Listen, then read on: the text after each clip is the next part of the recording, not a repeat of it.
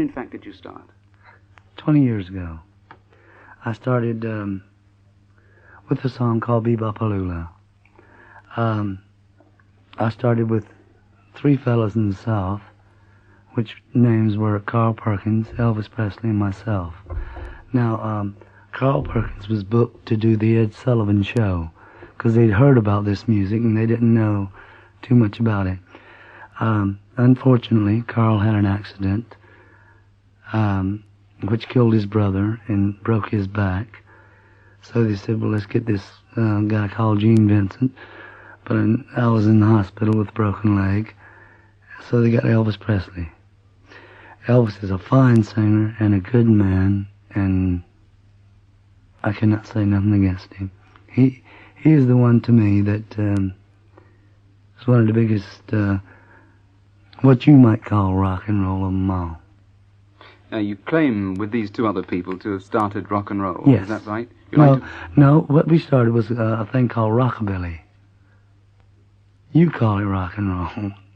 That's a different, it changed over the years. Okay, what is your definition of rock and roll then, and who started it? My definition of rock and roll is rather a soul type, singing from the heart. We can put this across. We have the ability, and we know when people want it and when they don't.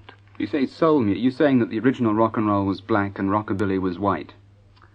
No, rockabilly come from hillbilly music. Really. They're white folks.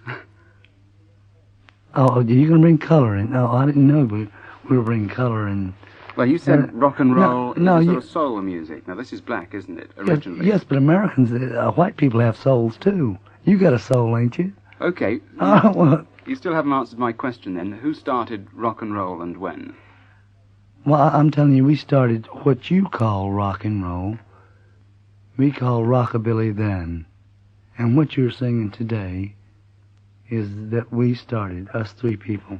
Now, rock and roll can be termed in many different ways. Probably you have your own term of it. But what you call, or what let me say, what the papers and what the pop people today call rock and roll, we started. Well, to me, rock and roll is people like Jerry Lee Lewis and Carl Perkins and Gene Vincent and Chuck Berry and Little Richard.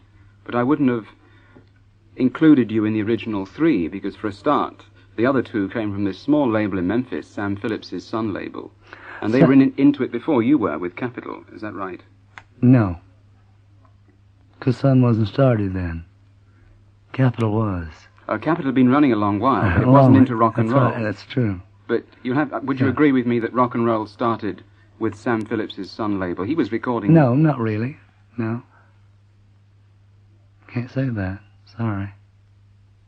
I know Sam well, and Sam picked up on something that was already happening. It was already into it when Sam picked it up. But Elvis's first song was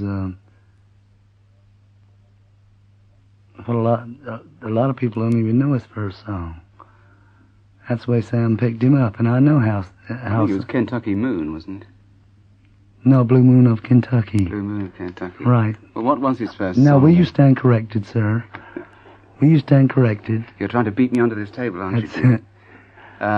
His first hits were with old blues songs by people. Sir. No, sir. His first hit was played on the radio, called Blue Moon of Kentucky. So many people called in and said, gee, you know, what a great new sound, that Sam picked up on it. But a lot of people were doing it before that, especially Carl Perkins. We played Memphis, and a lot of people think that Blue Suede Shoes was put up by Elvis Presley. It wasn't. Carl Perkins done it. And we were playing Memphis one night, me, Carl Perkins, and Elvis. And Carl came out and done Blue Suede Shoes.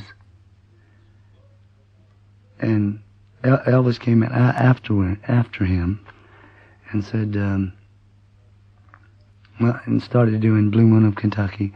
And they started cheering for Carl Perkins.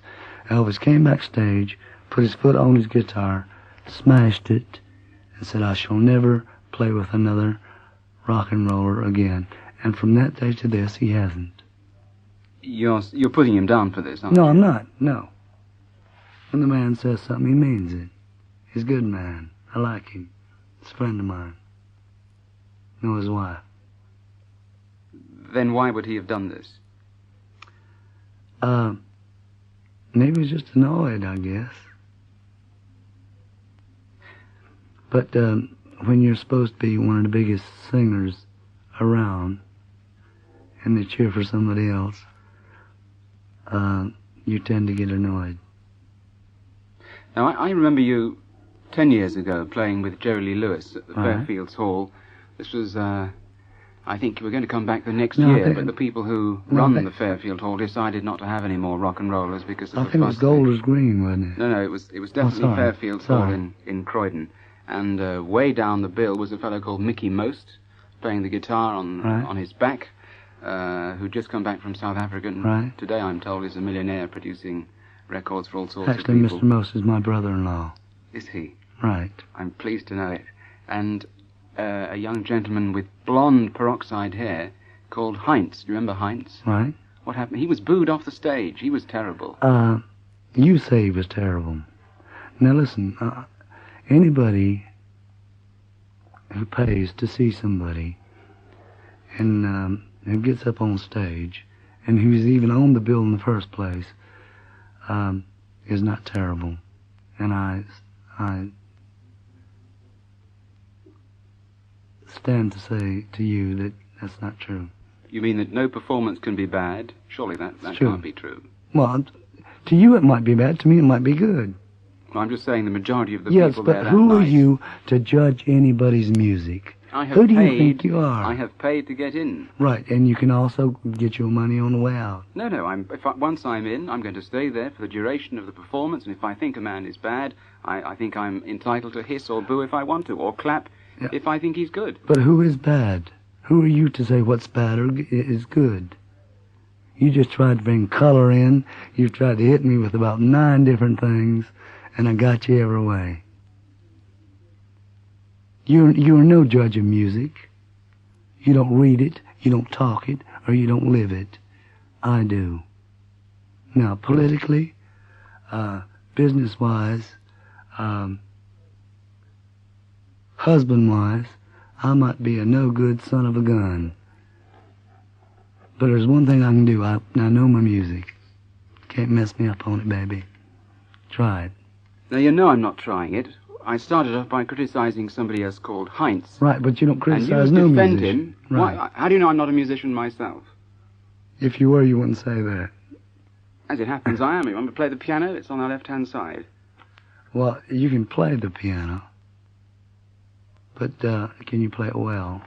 Well, I don't know. I mean, who is to judge? According to you, nobody can judge a musician. No, you just said it. I didn't say it. To me, you might be the worst piano player in the whole world.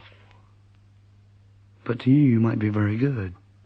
Or to somebody else, you might be very good. Yeah, but if I then inflict myself on a paying audience, I must accept that if the audience does not like me, that is that. Look, all I do is I am paid to do a show. People pay to come and see me. If they don't want to come and see me, they don't have to pay, right?